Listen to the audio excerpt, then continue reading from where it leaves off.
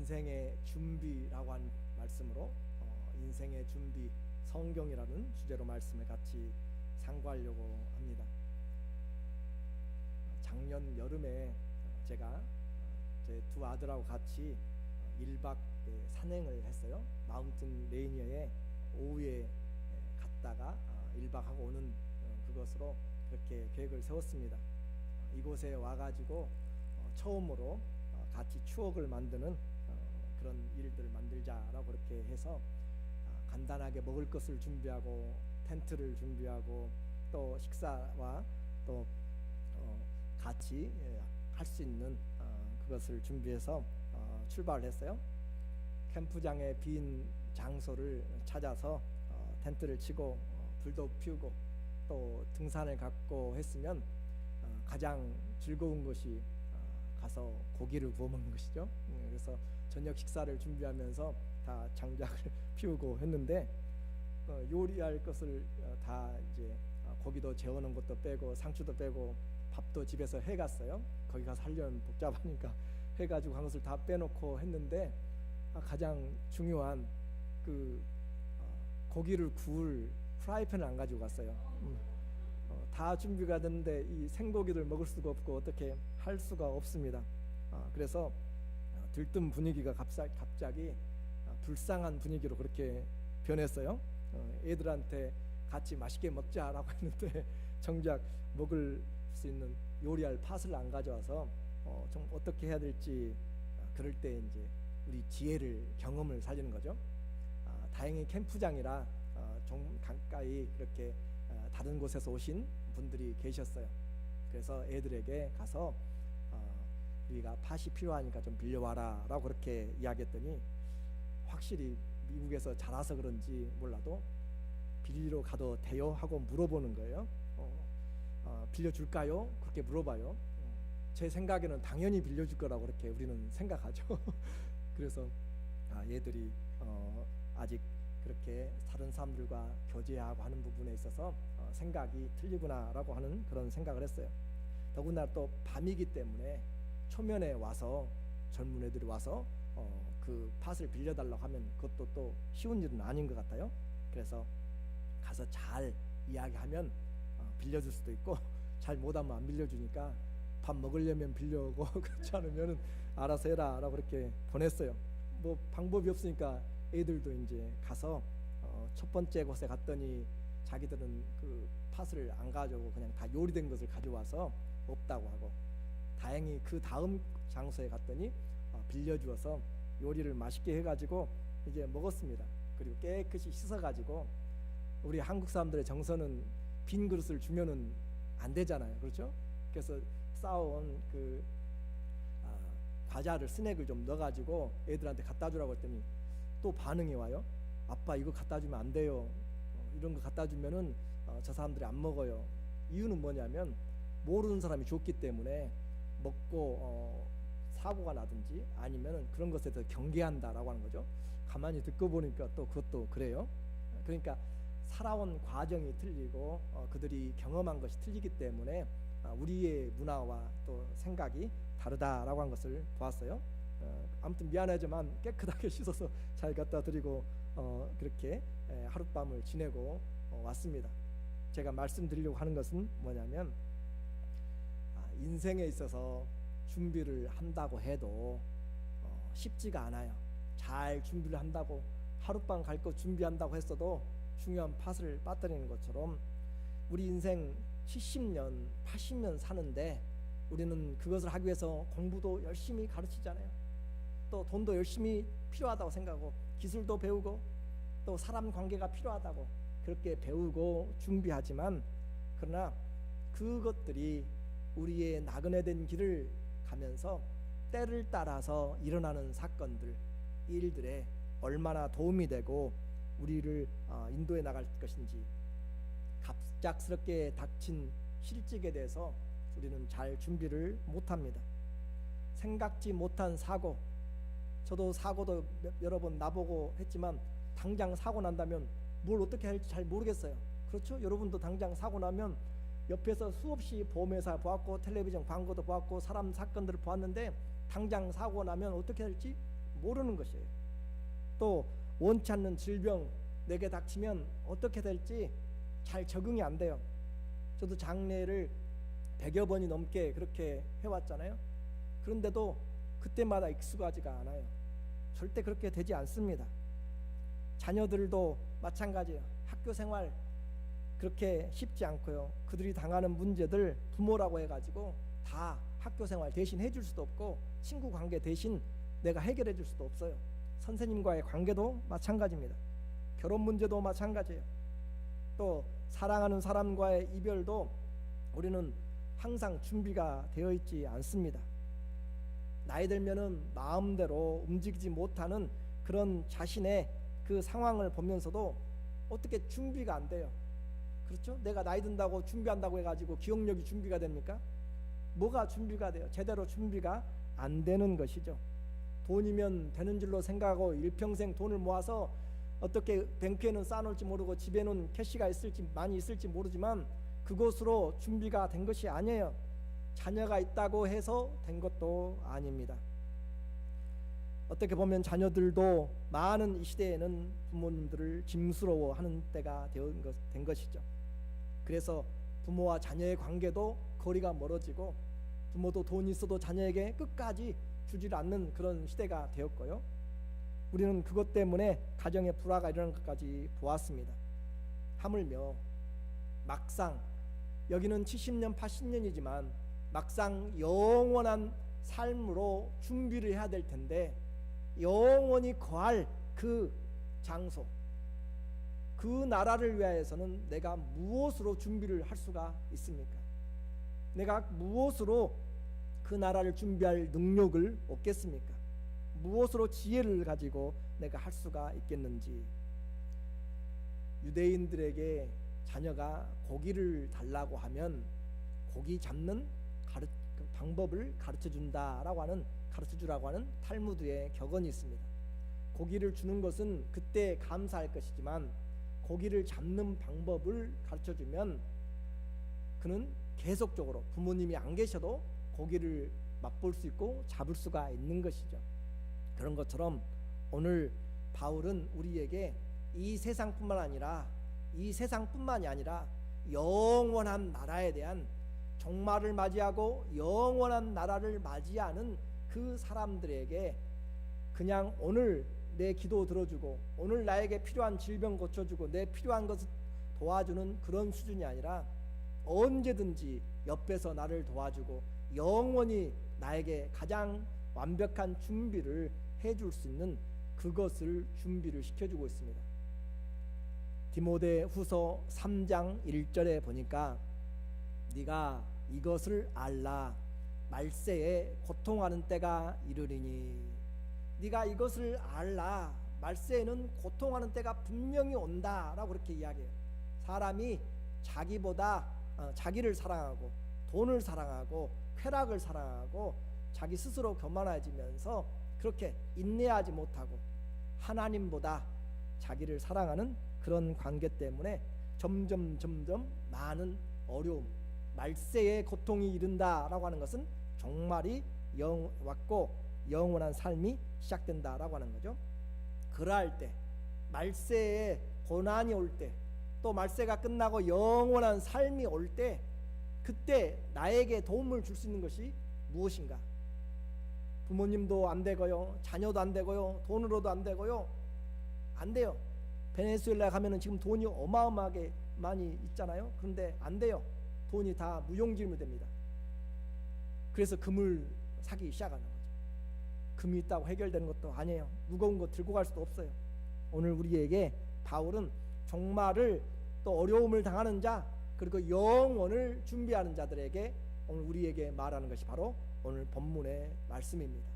그래서 저와 여러분이 인생의 준비 무엇으로 할 것인가? 하나님의 말씀인 성경으로 하기를 주의 이름으로 축원합니다. 오늘 그 내용을 살펴보려고 해요. 세상에는 많은 종교가 있습니다. 저는 이 종교란 말 쓰기 싫어하지만 어쩔 수 없이 이해를 돕기 위해서, 기독교는 종교가 아니라 계시잖아요. 그럼에도 불구하고 오늘 이 세상에 많은 종교와 또 그 종교들이 가지고 있는 경전들이 있어요. 유교는 사서, 삼경이 있습니다. 논어, 맹자, 중용, 대학이라고 하는 거죠. 그리고 시경, 서경, 역경이라고 하는 이 사서, 삼경을 중심으로 합니다. 불교는 불경이라고 하는 대장경 안에 수 없는 그 여러 가지가 있어요. 그리고 힌두교는 불교와 힌두교는 그 맥락이 같아요. 그러나 거기서 나누어지게 되는데 베다라고 하는 그들의 경전이 있습니다. 이슬람은 꾸란이라고 하죠. 옛날에는 코란이라고 했는데 더 정확한 발음은 꾸란으로 요즘 바뀌었어요. 그래서 꾸란이라고 하는 그 경전이 있어요. 유대교는 타나크라고 하는 구약이 있습니다. 올드 테스터먼트죠. 그런데 우리 기독교도 경전이 있어요. 기독교는 무엇을 우리의 신앙의 근본으로 하죠? 성경을 합니다. 세상에는 많은 종교도 있고 많은 그들의 가르침을 모아놓은 것들도 있어요. 그리고 이뿐만 아니라 철학자들의 책도, 지혜자들의 책도 어마어마하게 많아요. 그런데 이와 같은 많은 것들 중에서 오늘 우리의 인생을 정말로 잘 준비하게 만드는 것이 무엇인가 라고 오늘 우리에게 말씀을 하고 있어요. 다른 경전들은 대부분 그들의 창시자나 또 그들의 제자들의 지혜들을 모아놓은 것입니다. 그래서 앞선 스승들의 교훈 모음이죠.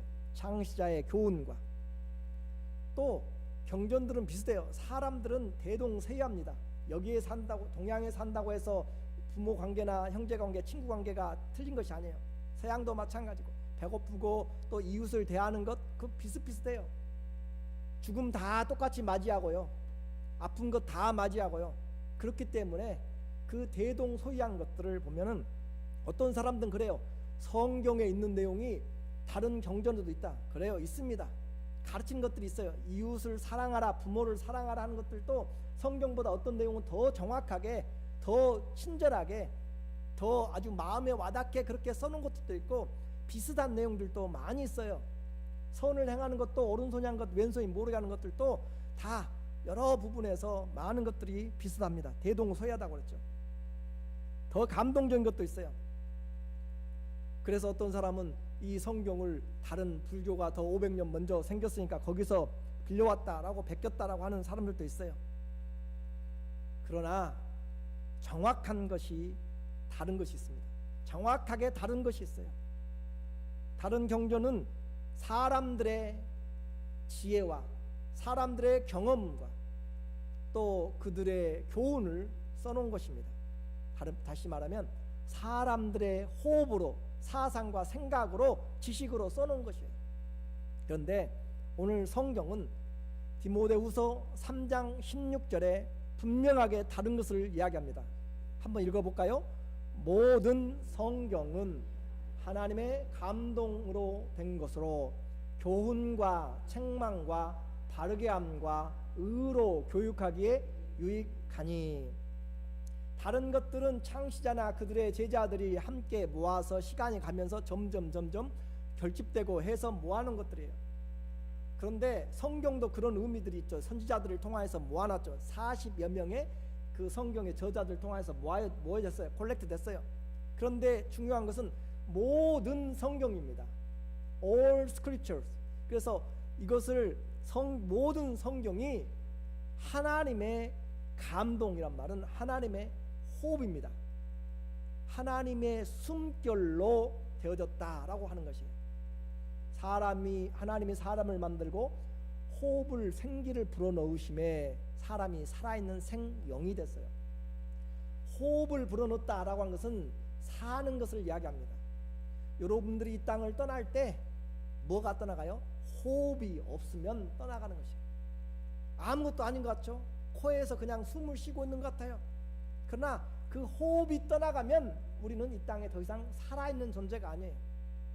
호흡이 내 것이 아니라니까요. 내가 능력이 있어서 호흡을 하는 것이 아니에요. 그 호흡이 하나님의 손에 있어서, 그래서 하나님은 우리에게 이야기하죠. 인생을 의지하지 말라. 주님은 오늘 우리에게 분명히 하나님의 호흡, 감동이라고 이야기하는 그것을 통하여서 이 하나님의 호흡이 됐다는 것은 성경은 하나님의 살아있는 말씀이다. 그래서 하나님의 말씀은 살았고 운동력이 있어. 하나님 말씀이 살아있다라고 하는 거죠. 호흡이 되었다는 것은 하나님 말씀이 그것을 붙잡고 있다라고 하는 것이에요. 많은 학자들이나 철학자들의 가르침이 성경에 쓰여진 것이 아니에요. 살아계신 하나님의 성령이 호흡하심으로 우리에게 이 말씀을 주셨다라고 하는 것입니다. 그러니까 우리의 생각을 정확하게 잘 보아야 돼요. 많은 가르침들이 있습니다. 거기 들어가 보면 정말 그럴듯한 가르침들이 있어요. 우리가 전혀 생각지 못한 지혜들이 있습니다. 그런데 그건 사람들의 생각이라는 거죠. 베드로 후서 1장 20절에 보니까 먼저 알 것은 성경의 모든 예언은 사사로이 풀 것이 아니니 예언은 언제든지 사람의 뜻으로 낸 것이 아니요. 시작. 오직 성령의 감동하심을 입은 사람들이 하나님께 받아 말한 것임이라. 사도 베드로나 또 디모데후서를 썼던 사도 바울이나 성경은 다 사람이 낸 것이 아니다. 사람으로 말미암아 왔긴 왔죠. 하나님이 감동하심으로 성령이 그에게 하나님의 마음을 주심으로 말씀을 주심으로 사람을 통하여서 나타난 것이죠. 그런데 분명히 그 기원이 다르다. 하나님의 호흡으로 하나님이 우리에게 하나님의 말씀을 전하도록 그렇게 했기 때문에 이 성경은 사람들이 쓰고 싶어서 써놓은 것이 아니라라고 하는 것이에요. 하나님이 우리를 위하여서 주신 하나님의 특별한 계시다라고 말씀합니다. 그래서 같은 말도 이웃사랑, 부모사랑 잘해라 하는 것 참 중요한데 같은 말이라도 누가 하느냐에 따라 틀려지게 되는 것이에요. 다친 사람을 보고 옆에서 운전하면서 가면서 사고가 났어요. 다친 사람을 보고 옆에 산 사람이 내가 도와줄게 그렇게 도와주는 것하고 지나가던 차가 멈춰서 와서 보니까 그 사람이 닥터예요. 제가 도와줄게요 하는 것하고 누가 말하느냐에 따라서 그 내용은 완전히 똑같은 도와준다는 말이지만 그러나 완전히 다르다라고 하는 것이에요. 그래서 우리 하나님이 도우시는 것, 우리 하나님이 도우시는 것은 사람이 돕는 것과 완전히 다르게 됩니다. 두려워하지 말라, 내가 너와 함께함이니라. 놀라지 말라, 나는 너의 하나님이 됨이니라. 내가 너를 굳세게 하리라. 참으로 내가 너를 도와주리라. 참으로 나의 의로운 오른손으로 너를 붙들리라. 하나님이 말씀하시면 그 어떤 것과도 비교될 수 없는 하나님의 능력이 따르게 되는 것입니다. 그래서 이 땅에 세상에 많은 사람들이 시를 쓰고 문학을 쓰고 영화를 만들고 연극을 하고 지혜의 책들을 만들고 여러 가지를 해서 그들이 삶을 예찬하는 사람이 있고 죽음을 예찬하는 사람이 있고 여러 모양이 있어요. 그들도 부활도 이야기를 해요. 사라졌다가 다시 날 것이다 라고 이야기할 수도 있습니다. 그런데요, 사람들이 아무리 모여서 이야기를 해도 그것은 사람들의 이야기입니다. 그러나 하나님께서 창조주께서 감동하신 말씀으로 우리에게 말씀하시면, 죽음에 대해서 말씀하시면 그것이 진정한 죽음이고, 그분이 부활에 대해서 말씀하시면 그 부활이 진정한 부활이 된다라고 하는 거죠. 왜냐하면 그분만이 창조주가 되시기 때문에. 그래서 예수님의 말씀이 곧 생명입니다. 요한복음 6장 63절에 보면 살리는 것은 영이니 육체는 무익하니라. 내가 너희에게 이르는 말이 영이요 생명이라. 예수님의 입에서 나오는 말이 스피릿이다라고 하는 거죠. 그 말씀이 영원하다는 것이고 능력이 있단 말이에요. 그 말씀이 곧 생명입니다. 나사로야 나오너라 하니까 죽은 지 나흘이 된 썩은 냄새가 나는 그가 나오게 되는 것이에요. 주님이 말씀하시니 빛이 있으라 하심에 빛이 있게 되는 것이에요. 주님의 말씀이 생명의 능력, 창조의 능력이 되는 것이죠. 그러므로 예수 그리스도를 믿음으로 말미암아 구원에 이르는 길은 오직 성경이, 하나님의 감동을 입은 성경이 오직 예수 그리스도를 믿음으로만 구원을 얻는다라고 분명하게 이야기를 하고 있습니다. 오늘 베드로후서 3장 14절 여러분이 가진 성경을 한번 14절 15절을 보면 좋겠어요. 그러나 너는 배우고 확실한 일에 거하라. 네가 누구에게서 배운 것을 알며 15절에 또 내가 어려서부터 성경을 알았나니 성경은 능히 너로 하여금 그리스도 예수 안에 있는 믿음으로 말미암아 무엇을 얻게요? 구원에 이르는 지혜가 있게 하느니라. 성경에서 지혜를 우리가 구원의 지혜를 얻게 됩니다. 이 말씀을 준비하면서 제가 여러 부분을 좀 기도하고 또 체크를 해봤어요. 요즘 잘 나가는 스님이 한 분 계십니다. 법륜수 스님이라고 해요. 거기에 나온 내용을 제가 한번 좀 들어보고 또 읽어보았어요. 그들의 신문에 제가 신문에서 옮긴 것인데요. 그들이 같이 산행하면서 이제 모여가지고 물어보고 바로 대답하는 즉문즉답을 하는 과정 가운데 나온 내용입니다. 이 말을 읽으면서 제가 마음이 너무 좀 슬펐어요. 그래서 오늘 드리는 예배 가운데도 마음이 편하지가 않습니다. 그 중에 한 질문자가 질문합니다. 저는 15살부터 45살인 지금까지 오직 성경만 보고 살아온 사람인데 스님의 강의를 듣게 되면서부터 이것이 진리구나 싶었어요. 그래서 부처님의 말씀을 제대로 하려고 불교대학에 입학하여 마음의 안정도 찾았어요.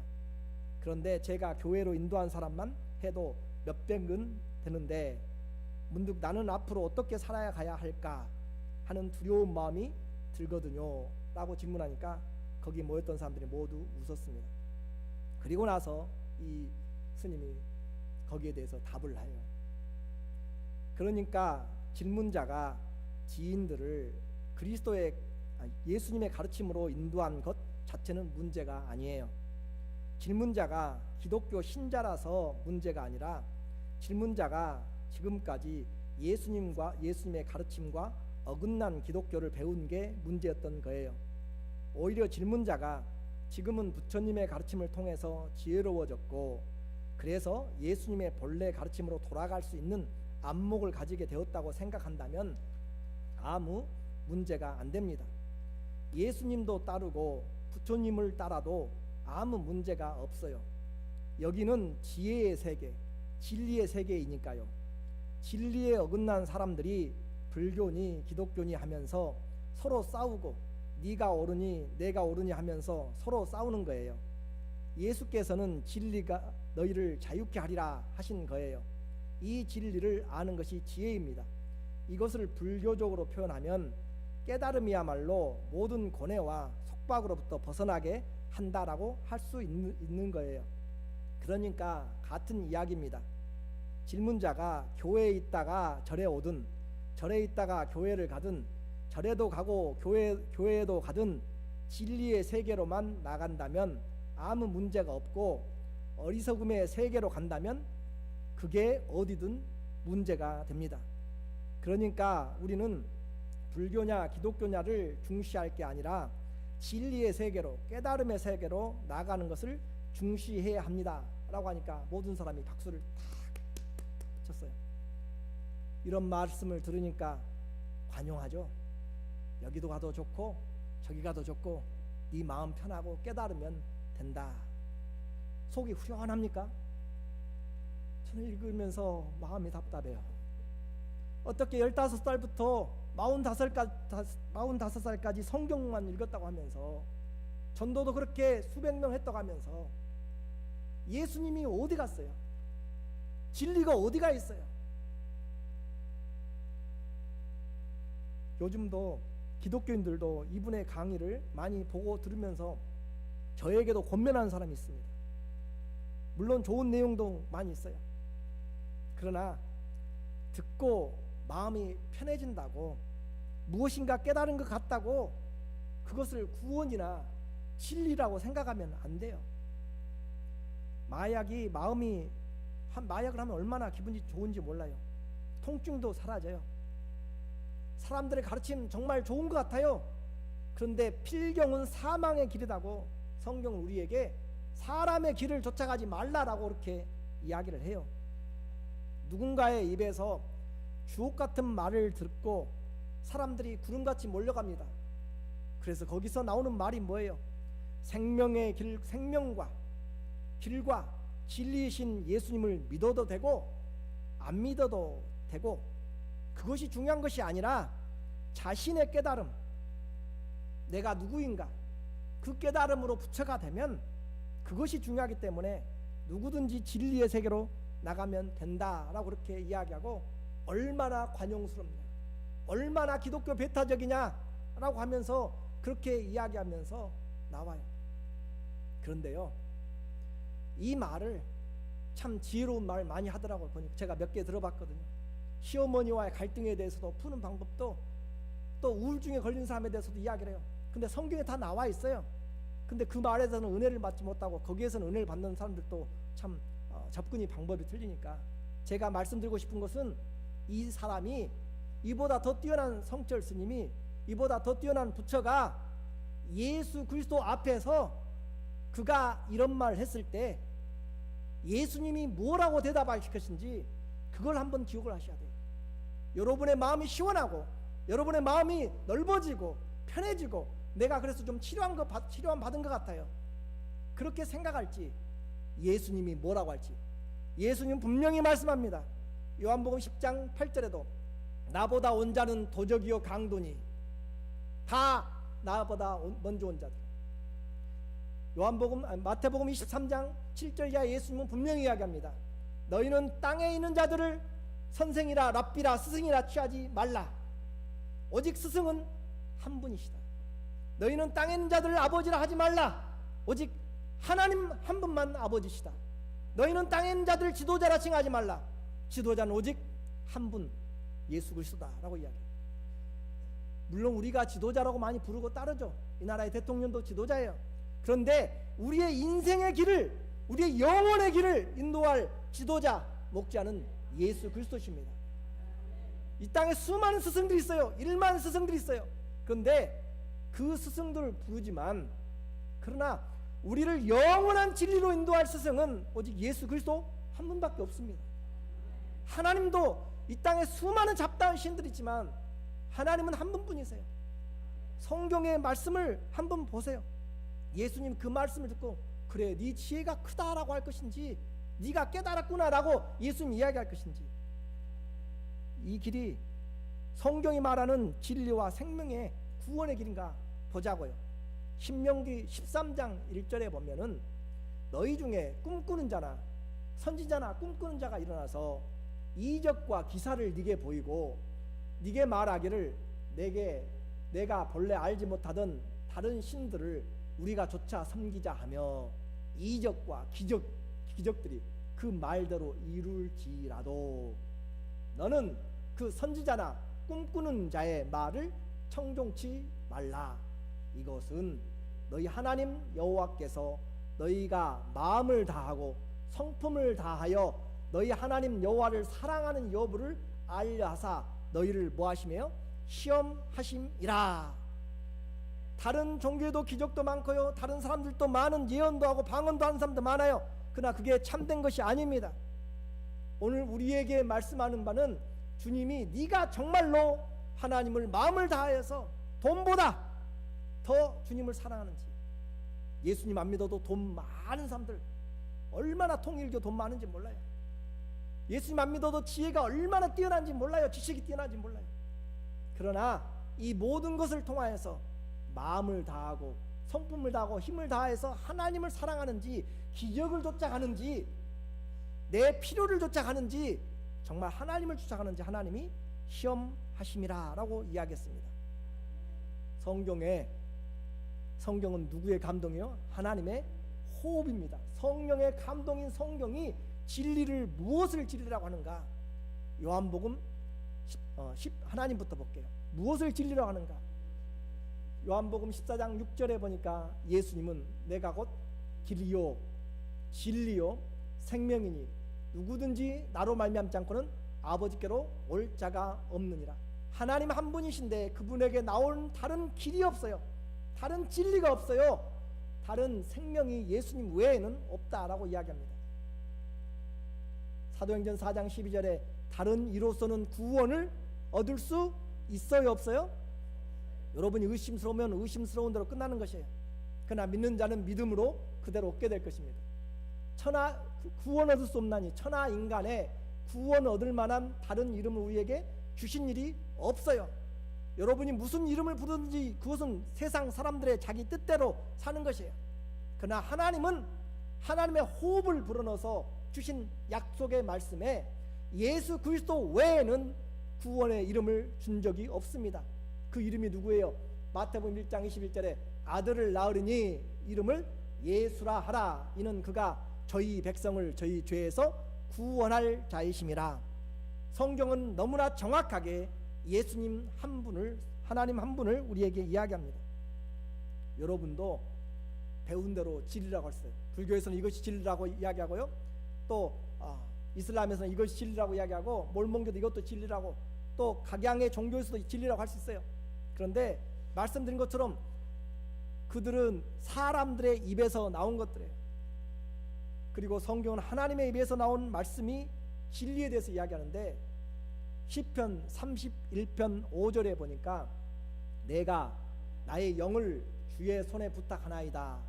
진리의 하나님 여호와여 나를 구속하셨나이다. 진리의 하나님이다. 하나님은 진리시다라고 그렇게 이야기하세요. 예수님은 우리가 읽었던 것처럼 요한복음 14장 6절에 내가 곧 길이요 진리요 생명이니, 성령님은 요한복음 15장 26절에 내가 아버지께로부터 너희에게 보낼 보혜사 곧 아버지께로서 나오시는 어떤 성령이에요? 진리의 성령입니다. 그가 오실 때 그가 나를 증거하실 것이요, 말씀 요한복음 17장 10절에 저희를 진리로 거룩하게 하옵소서. 누구의 말씀이 진리예요? 하나님의 말씀이 진리입니다. 여러분이 자녀에게 또 사람들에게 이것이 진리라고 가르칠 수 있어요. 그런데 진리를 하나님께서 말씀하시기를 하나님이 진리시고 예수께서 진리시고 성령이 진리시고 하나님의 말씀이 진리다라고 그렇게 이야기를 하세요. 오늘 우리는 이제 선택을 해야 됩니다. 주님의 말씀이 우리에게 왔어요. 어떻게 이 말씀을 가지고 살 것인지. 기독교는 우리에게 가장 첫 번째부터 시작해요. 10계명의 첫 번째가 뭐예요? 나 외에 다른 신을 내게 있게 하지 말라라고 그렇게 이야기해요. 처음부터 하나님은 첫 번째부터 시작합니다. 나 외에는 다른 신이 없다라고 그렇게 시작해요. There is no God. 하나님 한 분만이십니다. 그런데도 불구하고 범신론으로, 자연신으로, UFO로 여러 가지 것들을 신으로, 또 부처는 부처 자신이 신이라고 하지 않았지만 사람들이 신으로 올려놨죠. 그런 것들을 쫓아가면서 살아갈 때 오늘 성경은 우리에게 이야기합니다. 모든 성경은 하나님의 감동으로 되었다. 오늘 우리는 분명히 고백을 해야 돼요. 성경은 이와 같이 성경이 이제 주시는 것이 무엇인가? 디모데후서 3장 16절에 다시 우리에게 말하니까 모든 성경은 무엇으로 됐어요? 하나님의 감동, 하나님의 호흡, 하나님의 숨결로 되어 있어요. 그래서 뭐 하세요? 교훈과 책망과 바르게 함과 의로 교육하기에 유익하다. 그래서 성경은 하나님께로부터 되어진 것으로 우리를 이제 양육하기 위해서, 하나님의 사람들을 양육하기 위해서 주님이 주신 것이죠. 다른 것으로가 아니라 하나님의 말씀. 여러분이 성경을 읽다 보면 이제 놀라운 것을 알게 돼요. 이 성경은 도대체 읽어보면 하나님의 말씀이라고 했는데 여기에는 죄들이 적나라하게 드러나고요, 살인이 드러나고요, 모든 음란한 것들이 드러나고요, 모든 범죄들이 다 드러날 뿐만 아니라 또 사단의 목소리들이 또 많습니다. 사단이 창세기 3장 이야기하잖아요. 먹어도 죽지 않는다라고 하와에게 꼬여요. 사단의 소리만 있는 것이 아니라 사람들의 목소리도 많이 들어가 있어요. 사람들을 죽이기까지 한 그런 다윗이잖아요. 다윗의 목소리도 있고요, 그와 반대로 저 블레셋의 장수 골리앗의 목소리도 들어있어요. 네가 나를 개로 여기고 막대기를 가지고 오느냐. 사람의 소리, 우리들의 죄를 감추어주고 싶은 것들을 모든 것들이 다 사단의 소리까지 다 들어가 있는데, 그런데 하나님의 호흡이라고 이야기하는 것은 뭐예요?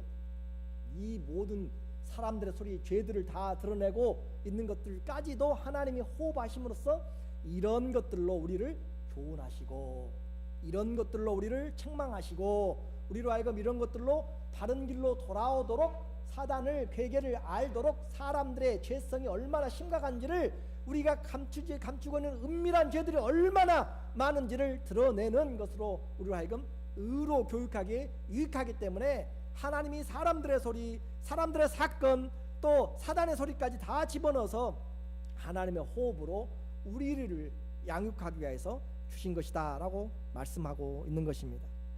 오늘 그 대상이 누구예요? 바로 하나님의 사람이에요. 3장 17절입니다. 이것은 하나님의 사람으로. 성경은 누구에게 유익한가? 하나님의 사람들을 주님이 지금 주님이 교육하고 세우려고 하는 것이에요. 하나님의 사람을 온전케 하려고. 하나님의 사람들이 제대로 되질 않았어요. 나만 놓으면 되는 것이 아니죠. 온전케 하단 말은 그물이 찢어졌단 말이에요. 고기 잡는 그물이 찢어졌으면 다 헛된 것이죠. 그것을 꼬매는 것이에요. 사람은 사람인데 뼈가 탈골됐어요. 그것을 맞춰주는 것이 바로 온전케 됐단 말이에요. 손을 올리지도 못해요. 뼈가 어그러지면. 사람은 사람인데 하나님의 사람을 온전케 하는 것이 뭐라고요? 하나님의 말씀이 어그러진 뼈를 맞춰주고요, 떨어져 나간 것들 다시 이어주고 꿰매주고, 하나님께서 원하시는 그 온전한 사람이 되도록 하고, 그것으로서 모든 선한 일을 행하기에 온전하게 하려고 성경을 주셨습니다. 하나님만 믿고 성공하라고 그런 내용이 아니라, 하나님을 믿으면서 선한 일을 하라고 성경을 주셨다니까요. 디도서 2장 14절에 보시면, 그가 예수님이 우리를 대신하여 자신을 주심은 모든 불법에서 우리를 구속하시고 우리를 깨끗하게 하사 선한 일에 열심하는 친백성이 되게 하려 하심이라. 선한 일에 열심을 붓는 사람 되기 위해서. 예수님 믿으면 우리의 죄 사함을 받고 뭘 하냐면, 그냥 주님만 즐겁게 찬양하는 것이 아니라 선한 일에 열심을 붓는 사람이 되는 것이에요. 그것을 위해서 성경이 말하고 있어요. 주를 위해서 수고한 것들 하나도 헛되지 않습니다.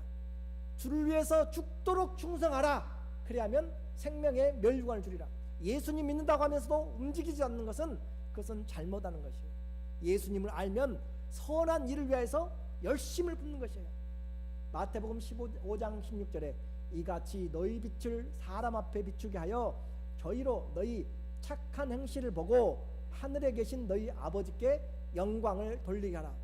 말로만 예수님 믿는 것이 아니라, 하나님의 말씀을 우리에게 주신 것은 우리를 온전케 하고 우리의 삶을 선한 삶에 온전히 준비되게 하여서, 그래서 우리에게 힘들고 어려운 자에게는 힘들고 어려우게, 또 이방인에게는 이방인처럼, 유대인에게 유대인처럼 모든 형편에서 우리가 자족할 줄 알고, 배부를 때나 가난할 때나 병들 때나 건강할 때나 많이 있을 때나 없을 때나 모든 형편에서 우리는 그리스도 예수 때문에 착한 행실들을 살아갈 수 있도록 교훈하고 책망하고 바르게 하고 의로 교육시켜서 성경이 없이는 하나님의 사람들은 양육되지 않습니다.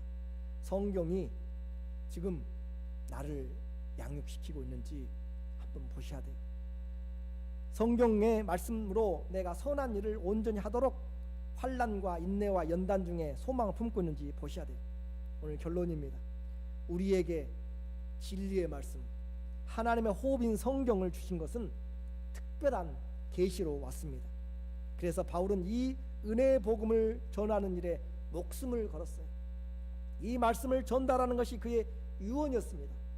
오늘 디모데후서 4장 2절에도 너는 말씀을 전파하라. 때를 얻든지 못 얻든지 경책하며 힘쓰라. 오래 참음으로 가르침으로. 그렇게 사람들의 말에 귀를 기울이지 말라라고 그렇게 이야기합니다. 그리고 인생의 나그네 된 길을, 하나님의 사람의 길을 준비하는데 성경 한 권이면 우리에게 가장 필요하고 가장 정확하게 주님이 주신 것입니다. 그러므로 주의 말씀을 읽는 자, 듣는 자, 행하는 자가 복이 있습니다. 그리고 그 말씀으로 우리가 구원 얻습니다. 성경을 30년 읽어가지고 다른 길로 가고 있습니다. 여러분은 성경을 얼마나 읽었어요? 어떻게 읽었어요? 저는 물을게요. 어떻게 믿고 있습니까? 예수 그리스도 여러분의 주가 되십니까? 예수 그리스도 여러분의 생명입니까? 예수 그리스도 여러분의 진리가 되십니까? 그러면 그 말씀으로 우리가 양육을 받고 그 말씀으로 주님이 인정하시는 선한 믿음의 삶으로 증거하시기를 예수님의 이름으로 축원합니다. 아멘. 기도하겠습니다. 하나님 아버지,